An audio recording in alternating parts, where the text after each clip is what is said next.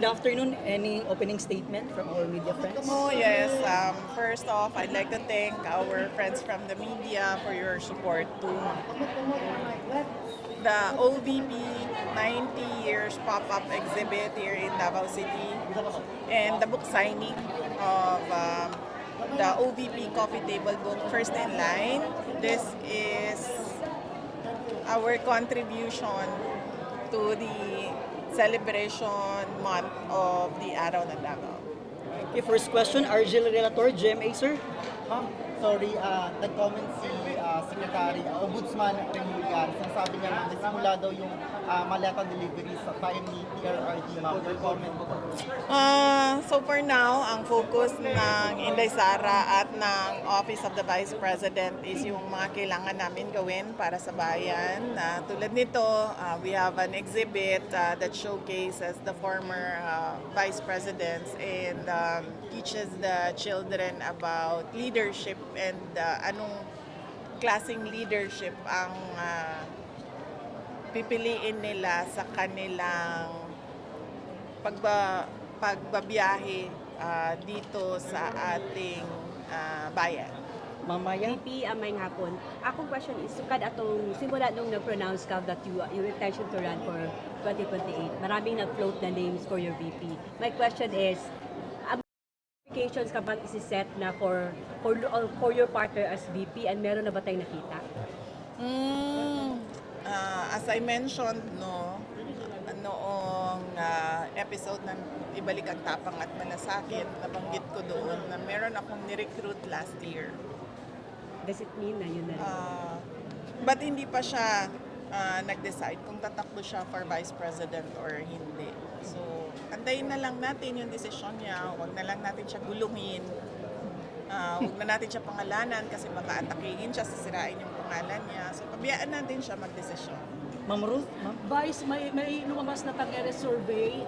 Tumaas yung preference vote ninyo from 43 to 48%. Any comment on that? Well, lagi naman sa lahat ng surveys, nagpapasalamat ako sa patuloy na tiwala at paniniwala ng kababayan natin sa akin at sa aking mga kasamahan sa Office of the Vice President. Last question, Bril, go ahead. Naman siya. Naman ka? Wala pa mo. Oh. Isa ka book. Katong Monday na yung deadline ng submission nung sa impeachment. Sa ito, Arjun.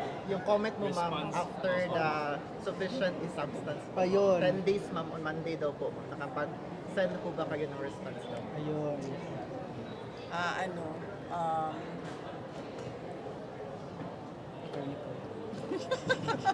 Please refer to.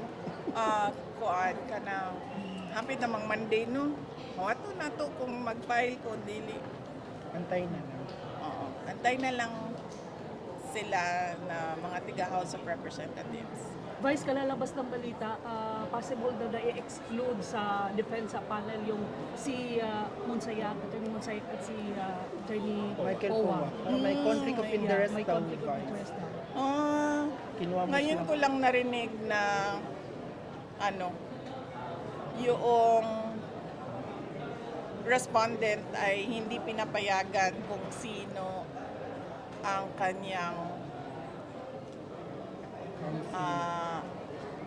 lawyers. No? Ngayon lang ako nakarinig ng circumstance na hindi pinapayagan ang respondent kung sino ang pinipili niya na lawyer. So, antayin na lang natin kung ano mangyayari. Vicky, sa tingin mo, another round of maleta na po pa rin ba ito for against you? For the impeachment?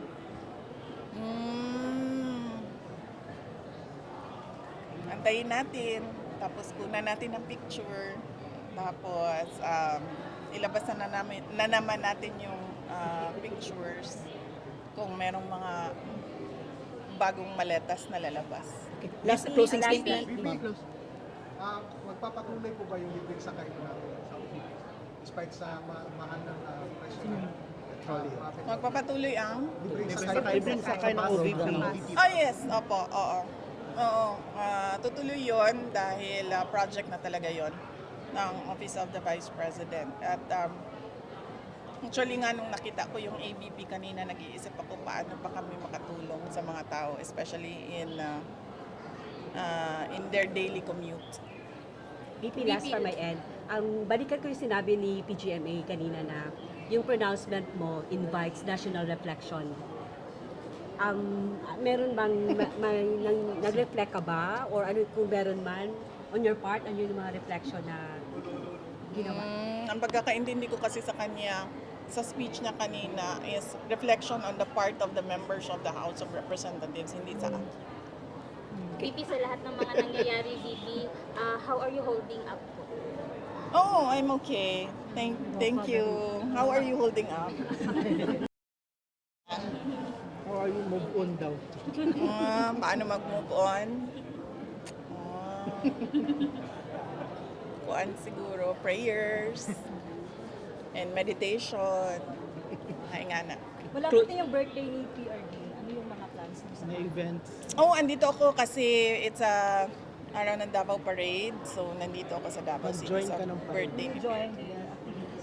Yes, as usual. VP, si Attorney Guanzon nag-pronounce na tatakbong senator. May mga ano ba, may mga lumalapit na ba sa'yo na magpa-line up for your senatorial slate sa 2028? Meron. Pila So how are you considering them, Vice? Allergic ako sa mga politiko ngayon. So, i-consider lang nila ako. So mga ilan sila VP na lumapit, including Attorney Guanzon? 4 na. VP, sabi ni Saya pa ba? Manimaan ka kin sa tong mga ni Tridor sa inyo. Adili. Dili ka mo dumo. Dili. I don't take it personally. Kasi, para sa akin ba, yung ginawa nila sa akin, personal yun sa akin. So, bilang isang politician, natural na ganun ang gagawin sa iyo. So, wala lang yan sa akin. Pero ang ginawa nila sa bayan, yung corruption at yung abuso nila, hindi yan personal sa akin. So, hindi natin yan palalampasin.